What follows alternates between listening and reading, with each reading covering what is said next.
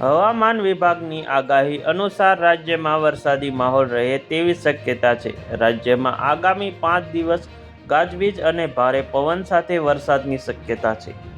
હવામાન વિભાગની આગાહી અનુસાર ઉત્તર ગુજરાતમાં, મધ્ય ગુજરાત, દક્ષિણ ગુજરાત ભારે વરસાદ પડી શકે છે. આ ઉપરાંત બનાસકાંઠા, સાબરકાંઠા, અરવલ્લી, પાટણ, મહેસાણા વરસાદની સંભાવના છે.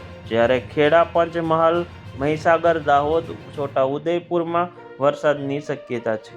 તેમજ વડોદરા, ભરૂચ, નર્મદા, સુરત, વલસાડ, નવસારી, તાપી, ડાંગમાં પણ વરસાદનું અનુમાન છે. જ્યારે અમદાવાદ ગાજવીજ સાથે સામાન્ય વરસાદની હવામાન વિભાગે આગાહી કરી છે.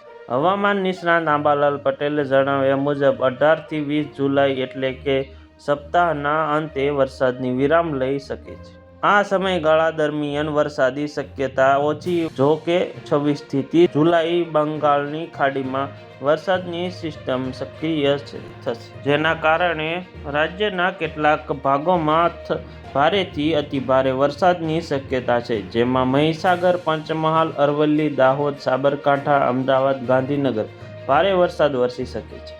જો તમને અમારો વિડીયો સારો લાગ્યો હોય તો લાઈક કરી દેજો, શેર કરી દેજો અને સબસ્ક્રાઈબ કરવાનું ભૂલતા નહીં, જેથી કરીને અમારા નવા વિડીયોની તમને નોટિફિકેશન મળતી રહે.